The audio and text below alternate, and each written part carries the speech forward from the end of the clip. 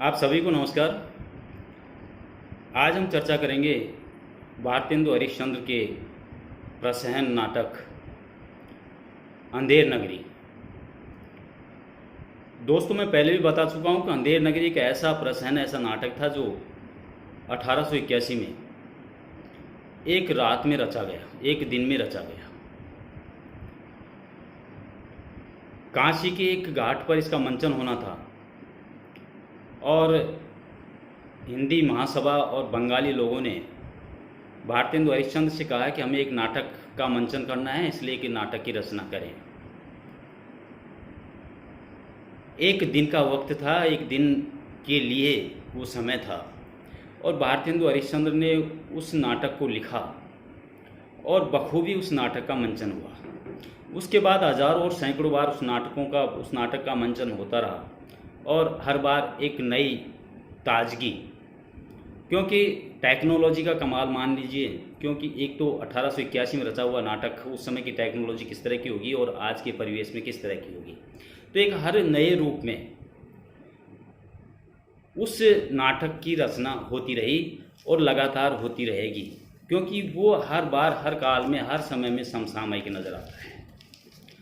इससे पहले कि मैं आपको उस अंधेर नगरी की कथा को मैं बताऊं कि क्या है अंधेर नगरी नाटक प्रसंग जो एक दिन में रचा गया भारतेंदु हरिश्चंद्र के द्वारा, उससे पहले मैं आपको एक कहानी सुनाता हूँ। गौर फरमाइएगा। एक राजा होता है, उस राजा के पास एक ब्राह्मण फरियाद लेके जाता है। जो राजा की का जो साम्राज्य था, उस साम्राज्य का ही वो होता है। वो फरियाद लेके जाता है, वो फरियाद लेकर के जैसे ही दरवाजे पे पहुंचता है और फरियाद फरियाद की वो चिल्लाता है। राजा नींद में होता है, सिंहासन पर बैठा होता है, जाम देने वाले उनके सिपा सालार बगल में खड़े होते हैं। राजा एक जाम लगाता है, एक पैक लगाता है और पैक लगा करके कहता है कि बुलाओ, कौन है फरियादी, क्या चाहता है। राजा के कहने पर जो सिपाही थे, अंगरक्षक थे राजा के, वो पकड़ करके उस ब्राह्मण को राजा के सामने दरबार में पेश करते हैं। राजा पूछता है कि बता, क्या परेशानी है। ब्राह्मण हाथ जोड़ करके निवेदन करता है राजा के सामने, उनके दरबार में, महाराज, कल रात्रि को मैं और मेरी पत्नी ने खाना खाया और मैंने कुछ फलों का सेवन किया और रात्रि विश्राम के लिए हम सो गए। सुबह उठ करके मैं देखता हूं कि मेरी पत्नी की मृत्यु हो जाती है। राजा कहता है कि तो मैं क्या करूं, आप मेरे पास क्यों आए हो कि महाराज न्याय, मुझे न्याय चाहिए।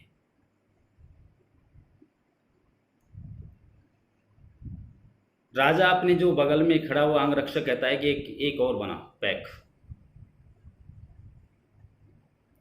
अंगरक्षक को हुक्म का इंतजार, एक बड़ा सा है जो बनाया, बना करके राजा ने गटक दिया। अब गटक करके कहता है कि ये बता कि उसने रोटी खाई थी, ब्राह्मण ने, अन्न कहाँ से लाया था। ब्राह्मण कहता है कि महाराज, एक बनिया की दुकान है, अन्न विक्रेता की दुकान है, मैं वहीं से अन्न लेके आया था। उस अन्न में जहर था और उस जहर के कारण मेरी पत्नी की मृत्यु हो जाती है। राजा को चढ़ने लगती है और वो अपने सिपाहियों को हुक्म देता है कि अन्न विक्रेता बनिया को बुलाया जाए। हुक्म की तामील होती है, सिपाही दौड़ते हुए जाते हैं और उस बनिया को पकड़ करके ले आते हैं। राजा कहता है कि इसको तुरंत फांसी की सज़ा सुनाई जाती है, इसको फांसी पर चढ़ा दिया जाए। बनिया हाथ जोड़ के खड़ा हो जाता है कि महाराज मेरी कोई गलती नहीं है, मैंने कोई गलत नहीं किया। मैं तो किसान अन्न दे के जाते हैं और उसी अन्न को मैं बेच देता हूँ, तो इसमें मेरी क्या गलती है।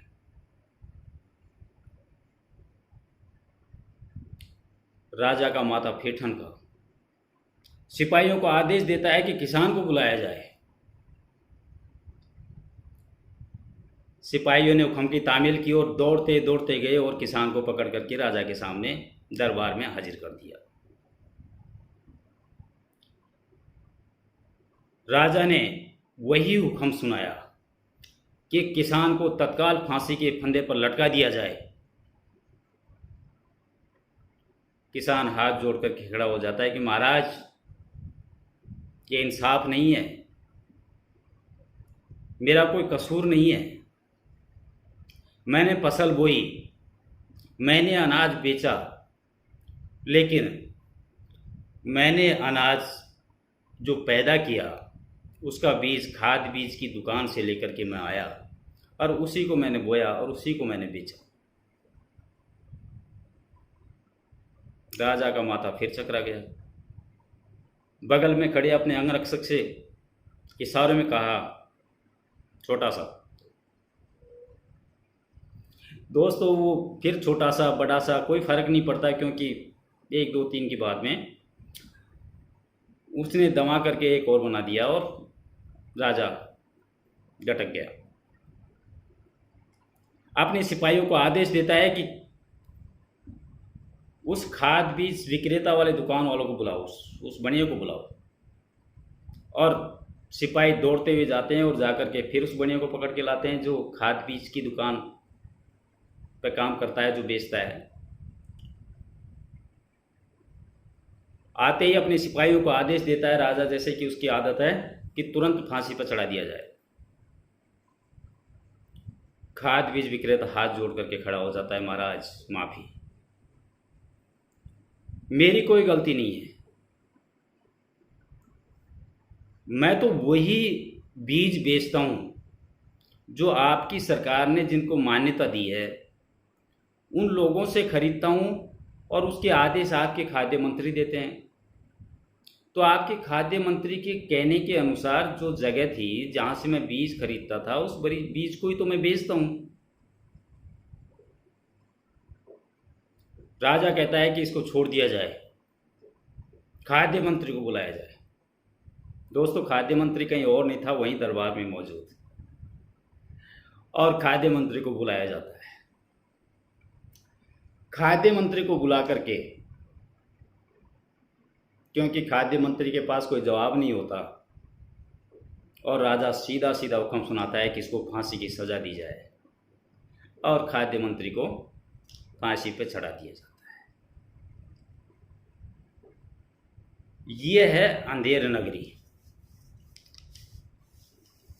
न्याय पाने के लिए फरियादी आता है, वो हर साम्राज्य में होता है, लेकिन उसको कितना न्याय मिलता है, क्या उचित न्याय मिलता है, अन्याय कौन करता है, सजा किसको मिलती है, ये मैंने आपको एक कहानी सुनाई है। अब मैं आता हूँ जिसकी मैं चर्चा आपसे कर रहा था, अंधेर नगरी। भारतेंदु हरिश्चंद्र का वह प्रसंग जो एक दिन में रचा गया और एक दिन में मंचन किया गया।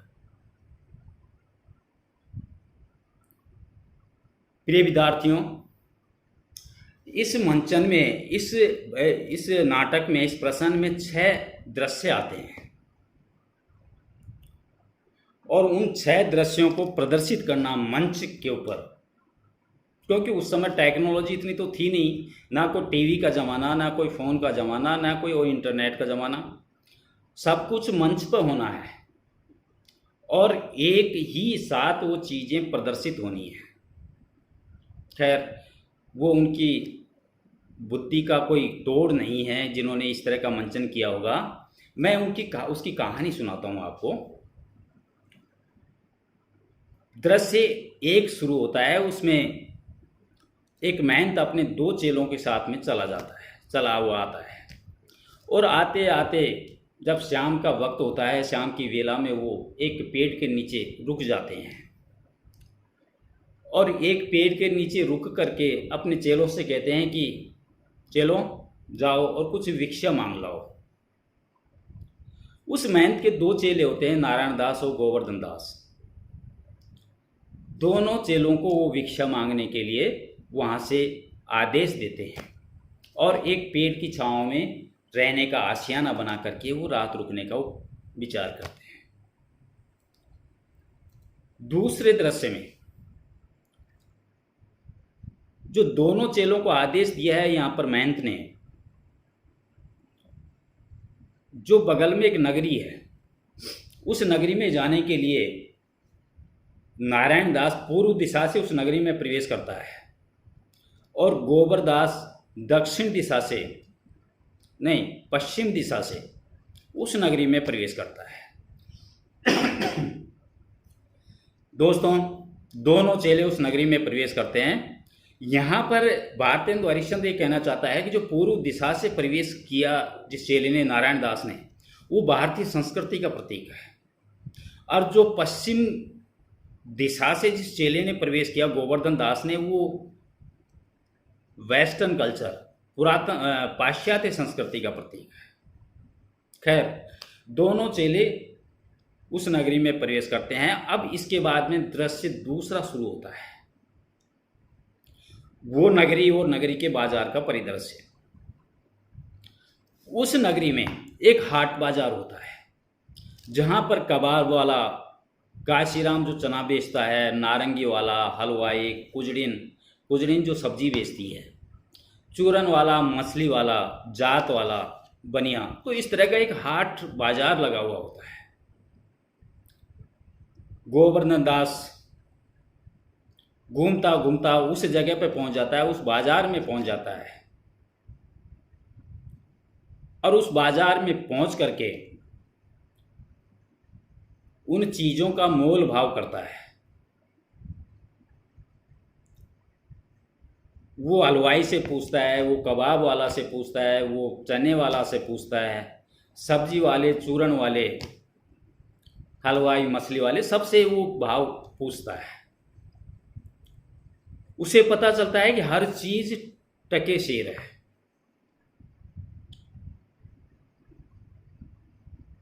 गोवर्धन दास विचार करता है कि इतने शहरों में घूमे, इतनी जगह पे घूमे, लेकिन इस तरह का सस्ता बाजार आज तक कहीं मिला नहीं। वो बनिया के पास जाता है, बनिया से पूछता है कि चीनी क्या भाव है टके शेर, गुड़ क्या भाव है टके शेर। हलवाई के पास जाता है, जलेबी क्या भाव है टके शेर। इस तरह चूरन वाले के पास, सब्जी वाले के पास, सब जगह वो जाता है और सब चीज़ें टके शेर। सोचता है गोवर्धन दास, अंधेर नगरी चौपट राजा, टके शेर बाजी, टके शेर खाजा। खाजा का मतलब होता है कि सब्जी भी टके शेर है और जो सूखे मेवे हैं वो भी टके शेर है। तो यहाँ सब चीज़ों के मोल भाव एक जैसे हैं। यहाँ कोई चीज़ें महंगी या सस्ती नहीं है, एक जैसी मूल्य सब चीज़ों का यहाँ पर मौजूद है। मूल्यहीन और मूल्यवान चीज़ों का की जो मूल्य है वो एक जैसा है। तो ये वो विचार करता है और वो वहाँ से जितना उसके पास, एक 7 पैसे उसके पास होते हैं और 7 पैसे के हिसाब से 3.5 किलो मिठाई लेकर के वो वहाँ से अपने महंत के पास चला जाता है। उधर दूसरा जो नारायण दास है, वो नारायण दास को कुछ नहीं मिलता है क्योंकि वो आसपास वहीं भटक के वापस चला जाता है। अब दृश्य तीसरा शुरू होता है और तीसरा जो दृश्य है उसमें ज्ञान और अज्ञान की टकराहट यहाँ पर दिखाई देती है। जब गोवर्धन दास मिठाइयों का थैला ले जाकर के अपने महंत के सामने, अपने गुरु के सामने रखता है, गुरु कहता है कि कौन ऐसा धर्मात्मा है इस नगरी में जिसने इतना ज़्यादा मिठाई तुमको दे करके यहाँ भेजी है, कौन ऐसा धर्मात्मा है। गोवर्धन दास कहता है महाराज, धर्मात्मा नहीं है, यहाँ हर चीज टके शेर है।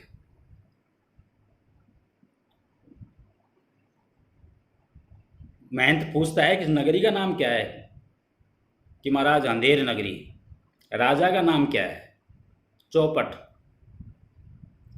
महंत सोचता है कि अंधेर नगरी, चौपट राजा, टके शेर भाजी टके शेर खाजा, हर चीज़ का मूल्य एक।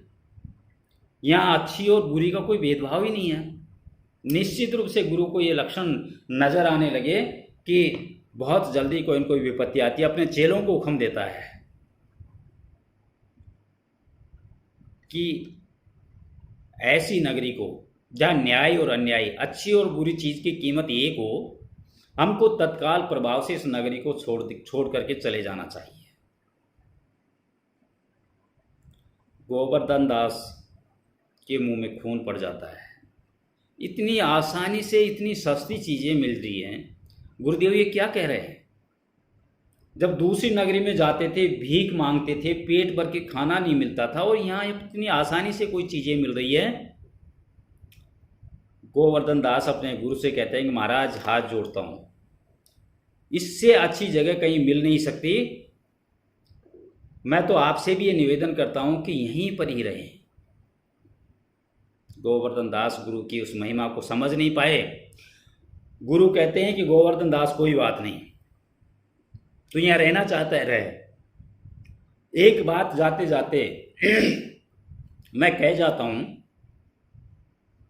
कि अगर कोई विपत्ति आए तो उस विपत्ति के क्षण में मुझे जरूर याद कर लेना। हो सकता है कि मैं तुम्हारे कोई काम आऊँ। गोवर्धन दास को कोई फर्क नहीं पड़ा, क्योंकि उस समय की परिस्थितियाँ इस तरह की थी कि उसे कोई दिक्कत ही नहीं थी। वो हाथ जोड़ करके अपने गुरु के चरण स्पर्श करके गुरु को भेज देता है नारायण दास के साथ, और खुद उस नगरी में रुक जाता है। अब इसके बाद में दृश्य नंबर 4 शुरू होता है। ये जो 4 नंबर का दृश्य है वो न्याय व्यवस्था की विसंगति पर आक्रोश व्यक्त किया गया, एक व्यंग कसा गया है। इसमें क्या होता है कि एक राजा का दरबार सजा होता है, और राजा के दरबार में एक फरियादी आता है। उससे पहले राजा अपने जो अंगरक्षक है उसको आदेश देता है कि एक, समझ गए होंगे आप, और वो जो उसका अंगरक्षक है वो एक बना देता है। उसके बाद में कहता है कि फरियादी को बुलाया जाए। दोस्तों, फरियादी को 2 सैनिक पकड़ करके, 2 सिपाही पकड़ करके वहाँ दरबार में बुलाते हैं।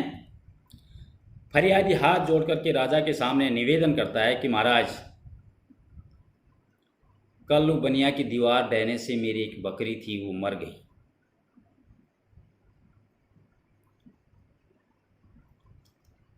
राजा, आप समझ गए होंगे कि वो कितना बुद्धिशाली होगा।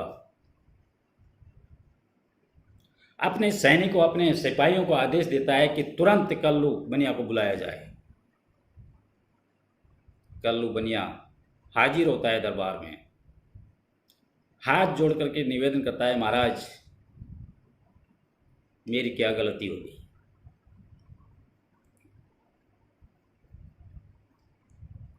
गलती कल्लू बनिया की नहीं। वो कहता है कि महाराज मैं क्या करूं, दीवार जो चुनी वो कारीगर ने चुनी, मैंने तो उसको पैसे दिए। अब गलती कारीगर की है, मेरी थोड़ी ना है कि मैंने वो दीवार चुनी है और दीवार गिर गई। राजा हुक्म देता है कि कल्लू बनिया को छोड़ दिया जाए और कारीगर को तुरंत दरबार में हाजिर किया जाए। सिपाही फिर जाते हैं और कारीगर को ला करके दरबार में उपस्थित कर देते हैं।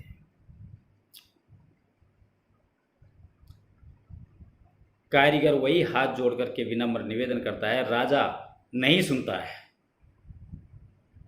क्योंकि न्याय व्यवस्था, न्याय को करना उसका एक फर्ज बनता है। और उसके दिमाग में यह है कि जो दोषी है सजा दी जाए। आते ही आदेश सुनाता है कि फांसी की सजा सुना दी जाए, फांसी को चढ़ा दिया जाए कारीगर।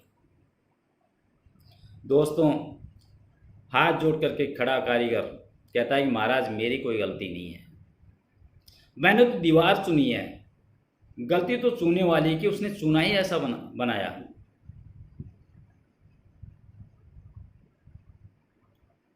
राजा का माथा फिर खराब। पास में जो अंगरक्षक था धीरे से कहता है कि एक अंगरक्षक को आदेश का इंतजार, और एक इतना नहीं इतना झटक गया। आदेश देता है अपने सिपाहियों को कि चूने वाले को बुलाया जाए। दोस्तों, चूने वालों को बुलाया जाता है और चूने वाले के सामने भी वही प्रस्ताव, वही न्याय व्यवस्था कि तुरंत फांसी की सज़ा दी जाए। हाथ जोड़ करके खड़ा हो चूने वाला कि महाराज मेरी कोई गलती नहीं है, गलती बिस्ती वाले की है। बिस्ती वाला कहते हैं कि पहले एक मशक होती थी उस ज़माने में, जो बकरी की या भेड़ की खाल से बनाई जाती थी, जिसमें पानी भरा जाता था और पानी इस तरह के कामों में उसका प्रयोग किया जाता है कि बिस्ती वाले की गलती है, उसने चूने में पानी ज़्यादा मिला दिया इसलिए इस तरह की स्थिति पैदा हो गई, इसलिए मेरी कोई गलती नहीं है। राजा कहता है कि बिस्ती वाले को बुलाया जाए, कारीगर को छोड़ दिया, चूने वाले को छोड़ दिया जाए। दोस्तों, बिस्ती वाले को बुलाया जाता है और बिस्ती वाले के सामने वही प्रस्ताव, वही फांसी की सजा, और फिर बेचारा हाथ जोड़ करके खड़ा होता है बिस्ती वाला और कहता है कि महाराज मेरी कोई गलती नहीं है, कसाई ने मुझे इस तरह एक बड़ी खाल का बना हुआ ये बिस्ती मुझे दी है, तो मैं क्या करूं, जब बड़ी खाल की बिस्ती मुझे देगा तो पानी इसमें ज़्यादा आएगा, और पानी ज़्यादा आएगा तो इसमें गलती से पानी ज़्यादा डल गया तो मेरी गलती नहीं है, कसाई वाले की गलती है, उसने इतनी बड़ी बिस्ती मुझे नहीं देनी चाहिए थी। राजा आदेश देता है कि इसको छोड़ दिया जाए और कसाई वाले को तुरंत मेरे सामने हाजिर किया जाए। कसाई वाला हाथ जोड़ करके उपस्थित होता है, कहता है महाराज मेरी कोई गलती नहीं है, मैं क्या करूँ, गडरिया ने, जो भेड़ बकरी चराता है गडरिया, उसने मुझे इतनी बड़ी भेड़ मुझे दे दी, तो मैं क्या करता, जब इतनी बड़ी भेड़ दे दी तो खाल तो उसकी बड़ी होगी ना, और जब खाल बड़ी है तो मुझे बिस्ती बनाऊंगा तो मैं उसी की तो बनाऊंगा, मेरी क्या गलती है इसमें।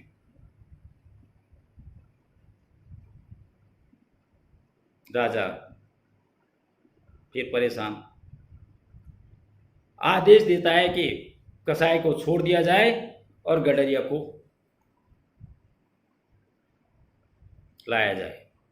सैनिकों को, अपने सिपाहियों को आदेश देता है और सिपाही जाते हैं और गडरिया को पकड़ करके महाराज के सामने दरबार में शामिल कर देते हैं। गडरिया हाथ जोड़ करके खड़ा होता है कि महाराज मैं क्या करता, जिस समय कसाई भेड़ लेने के लिए मेरे पास आया, कोतवाल की सवारी धूमधाम से मेरे आगे से निकल रही थी, तो मैं डर गया, और डरने के कारण मैं जल्दबाजी में, मुझे नहीं पता है कि मैंने छोटी भेड़ दी है बड़ी भेड़ दी है, जल्दबाजी में मैंने ये भेड़ इनको दे दी, तो मेरी इसमें कोई गलती नहीं है।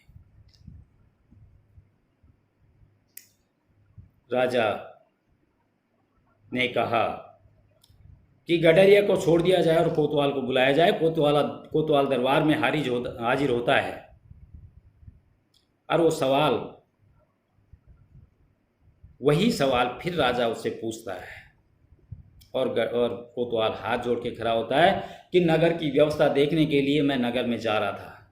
पास में खड़ा मंत्री सोचता है कि ये तो मूर्ख है, राजा तो महामूर्ख है, अगर इसने नगर का नाम ले लिया तो कहीं ऐसा नहीं हो कि पूरे नगर को ही फांसी पे चढ़ा दे।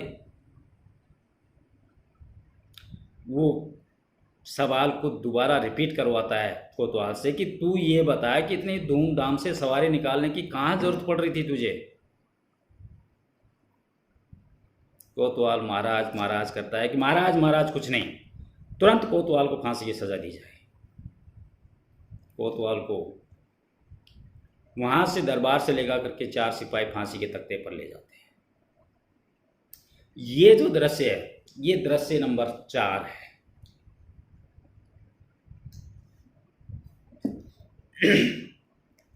अब दृश्य 5।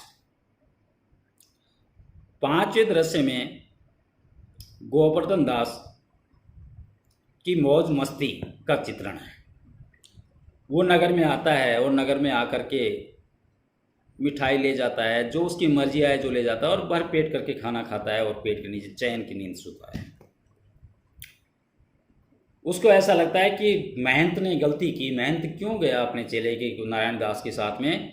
हम किसी के काम में दखल नहीं देते, हम किसी राजकार्य में बाधा नहीं बनते, हमारा खाते हैं मस्त रहते हैं, उनको भी यहीं रुक जाना चाहिए। और वो ये सोचता रहता है आराम से पेट की छाँव में, मोटा तगड़ा होकर, क्योंकि फ्री का खाना मिल रहा है एक तरह से, और चैन से खाता है और चैन की नींद लेता है। उस समय जब वो एक पेड़ की छाँव में नींद ले रहा होता है तो 4 सिपाही गोवर्धन दास के पास पहुंचते हैं और उसको पकड़ लेते हैं। गोवर्धन दास कहता है कि मुझसे क्या गलती होगी, मैं तो किसी के बीच में टांग तक नहीं अड़ाता, मैं तो किसी के कार्य में कोई दोष नहीं निकालता, मुझसे क्या गलती होगी। सिपाही कहते हैं कि अब कहने सुनने के लिए कुछ नहीं बचा, राजा ने कहा है कि फांसी की सज़ा दी जाए, लेकिन कल मुझे बताओ तो सही कि मुझे किस चीज़ की फांसी की सज़ा दी जा रही है। एक सिपाही उन्हें कहता है कि कोतवाल को फांसी की सज़ा हुई थी, लेकिन फांसी का फंदा इतना बड़ा है कि कोतवाल की गर्दन छोटी और फंदा चौड़ा। तो राजा ने हुक्म दिया है कि फांसी की सज़ा मेरे मुंह से मैंने कह दी तो फांसी की सज़ा तो होनी है, चाहे सज़ा किसी की हो, तो मोटा तगड़ा ताज़ा आदमी ढूंढ करके लाया जाए। और वो ताज़ा तगड़ा आदमी गोवर्धन दास घसीट करके राजा के दरबार में लाया जाता है और वहाँ से फांसी के फंदे पर पहुँचाया जाता है।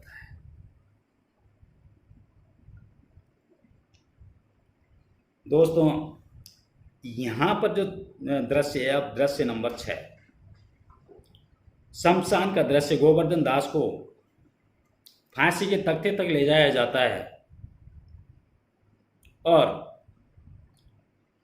वो फरियाद करता है, राजा से फरियाद करता है, सिपाहियों से फरियाद करता है कि मेरा कोई दोष नहीं है, मुझे क्यों सज़ा दी जा रही है।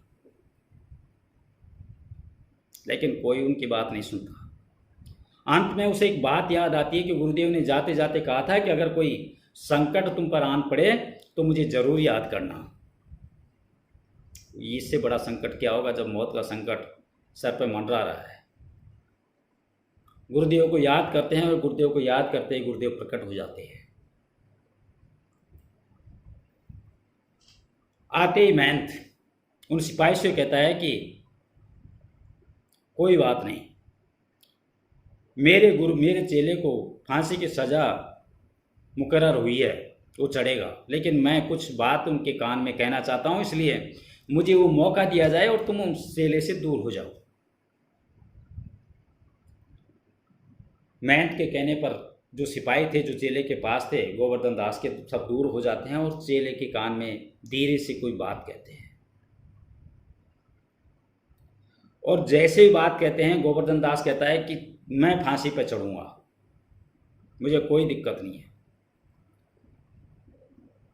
उधर महंत कहता है कि नहीं, मैं फांसी पर चढ़ूंगा। दोनों के बीच में मैं तू होती है और एक झगड़ा की स्थिति उत्पन्न हो जाती है। सिपाही चौंक जाते हैं कि ये क्या हुआ, ऐसी कौन सी बात है जिसको लेकर के चेला और गुरु के बीच में ये तकरार हो रही है कि फांसी पे मैं चढ़ूंगा, वो कहता है कि फांसी पे मैं चढ़ूंगा। बात राजा और मंत्री तक पहुंचती है। वो उस जगह पर शमशान घाट में आ जाते हैं और पूछते हैं कि क्या क्या बात है।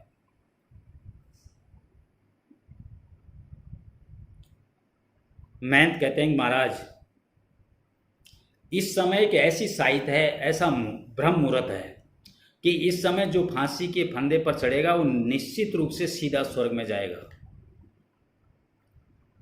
इसलिए मैं इस चेले से कहता हूं कि तू फांसी पे मत चढ़, मैं बूढ़ा भी हो गया हूं और मुझे जाने दे। लेकिन ये मानता ही नहीं है। अब उधर राजा और मंत्री के बीच में तकरार शुरू हो जाती है। मंत्री कहता है कि नहीं, पहले मैं फांसी पे चढ़ूंगा, उसके बाद में तुम लोग जाना। राजा कहता है चुप, इस साम्राज्य का राजा कौन है? मैं। तो सबसे पहले फांसी पे मैं चढ़ूंगा, स्वर्ग में जाने का हकदार मैं हूं, तुम सब हटो। दोस्तों, सबको हटा दिया जाता है और राजा खुद फंदे को पकड़ करके अपने गले में लगा करके लटक जाता है।